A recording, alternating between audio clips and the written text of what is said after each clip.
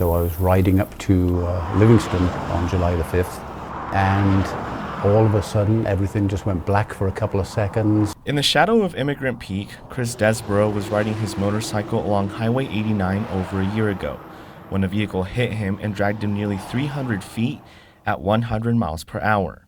I think the worst part was I didn't see him coming, so it was a total shock as it threw me forward, and then the bike went down.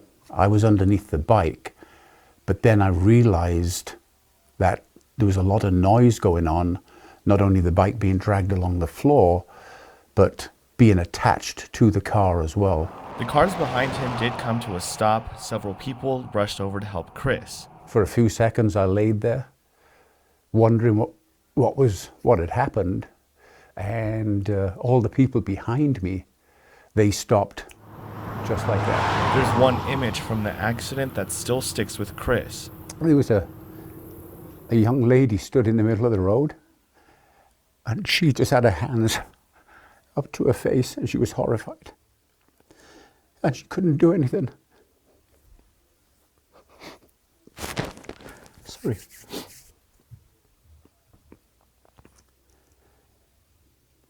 And I think that helped with the whole EMT thing as well. She couldn't do anything. Chris says he's been in other accidents. His adventures have taken him all over the world and across the country.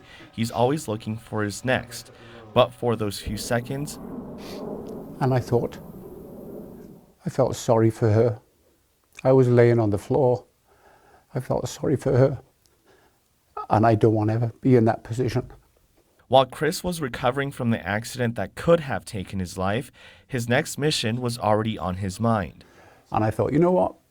The amount of people that have helped me in my life, maybe it's now time to start helping people back again. Two strangers who helped Chris on Highway 89 were EMTs from the Paradise Valley Fire Department. And that was pretty cool, and I didn't even know them at the time. And then 6 months later, I turned up at the station asking, can I join as a volunteer? And they're like, oh yeah, Chris, we were there when you were, I'm like, fantastic, I appreciate it. You don't know how much I appreciate it. Eric Newhouse is the captain of operations at the fire department. He remembers the day that he was at the station. When he walked in, he got a standing ovation. We were all, I mean, first of all, when you have a motorcycle versus car is what we call it, it's usually not a good call. Newhouse said he was also on the scene of Chris's crash, and he's been blown away by his determination. He got right on it, got through the course, aced the course. I'll throw that in there. But it was pretty cool. I mean, to see him walking at all was pretty cool, never mind coming to volunteer. Kind of a badass. But here we are a year on. Chris spent months of studying, shadowing other members of the department, all while recovering from his own injuries. I had damage to my left knee as well, and of course all the scarring on the right foot as well. You get a little bit of pain when you bend down, but again, it's not insurmountable. And when you're going on a live patient who's in pain, you forget your own stuff. He's now been an EMT for several months. But to date, I've been out on 83 calls in the valley, mostly medical. He says he isn't done.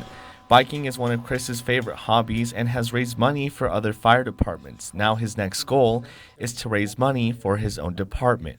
I was hoping to do a ride from Spokane back to Emigrant this year on my bicycle, which is actually another 555 miles. And I was hoping to do that and raise money for our fire station. But I may have to put this off a year, I think, until this foot hopefully gets even better. But it's not going to stop you? It's not going to stop me, absolutely not.